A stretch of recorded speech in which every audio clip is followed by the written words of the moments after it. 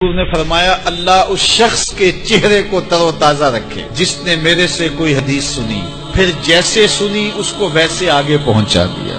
والدین اللہ کی نعمتوں میں سے ایک نعمت ہیں،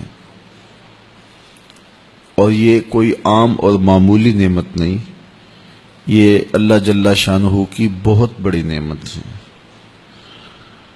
شجر سایہ دار ہیں، گھنی چھاؤں ہیں، آغوش رحمت ہیں، پناہ ہیں، امان ہیں، حفاظتوں کا حصار ہیں،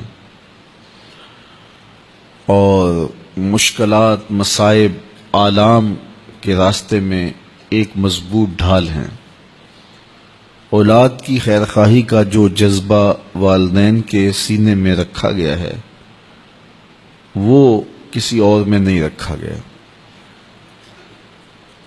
یہ ایک ایسے پاکیزہ وجود ہیں جو اپنی اولاد کو اپنے سے آگے دیکھنا چاہتے ہیں۔ یہ انسان کو اس وقت پتہ چلتا ہے جب وہ خود باپ بنتا ہے، جب خود ماں کے روپ میں خاتون ڈھلتی ہے، تو اسے پتہ چلتا ہے کہ یہ رشتہ کتنا گہرا ہوتا ہے۔ اللہ تعالیٰ جل شانہ نے والدین کی صورت میں جو یہ رحمت رکھی ہے، اولاد کو تلقین کی کہ ان کی تکریم کریں، ان کی عزت کریں، ان کے سائے عاطفت میں آپ رہتے ہیں تو اس صاحبان کی قدر کریں۔ میرے حضور علیہ السلام نے ارشاد فرمایا، اللہ کی رضا والدین کی رضا میں ہے، اور اللہ کی ناراضگی والدین کی ناراضگی میں ہے۔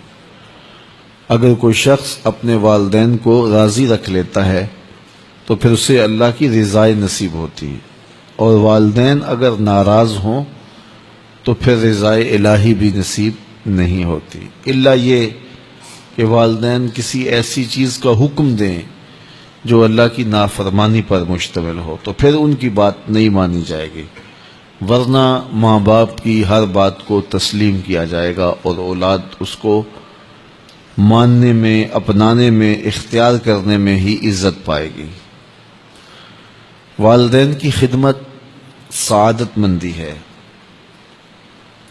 والدین کی خدمت ان کی دی گئی خدمتوں کا بدل بھی ہے، اگرچہ نیم البدل نہیں اور پورا بدل نہیں، لیکن بہرحال انہوں نے جو خدمت کی تو اس کا تقاضا یہ ہے کہ آپ بھی والدین کی خدمت کریں۔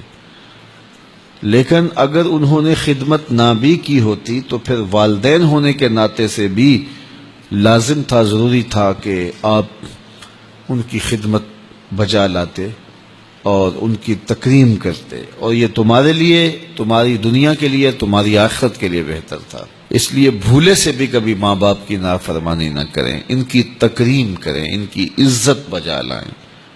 ایک شخص اپنے باپ کے آگے چل رہا تھا تو حضور نے ارشاد فرمایا اپنے باپ کے آگے نہ چلو، اس کو ادب سکھایا، باپ کے آگے چلنے سے روکا۔ اسی طرح ایک شخص حضور کی خدمت میں حاضر ہوا اور اس نے عرض کی، حضور میرا بیٹا مجھے اپنی چیزوں کو مجھے ہاتھ نہیں لگانے دیتا،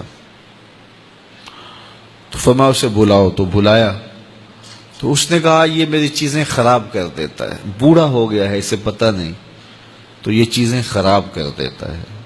تو حضور کی چشمان سے آنسو جاری ہو گئے، اور حضور نے ایک تاریخ ساز جملہ ارشاد فرمایا، انتا و مالو کا لابی کا، اس کو کہا کہ تو بھی اس کا ہے، تیرا مال بھی اس کا ہے۔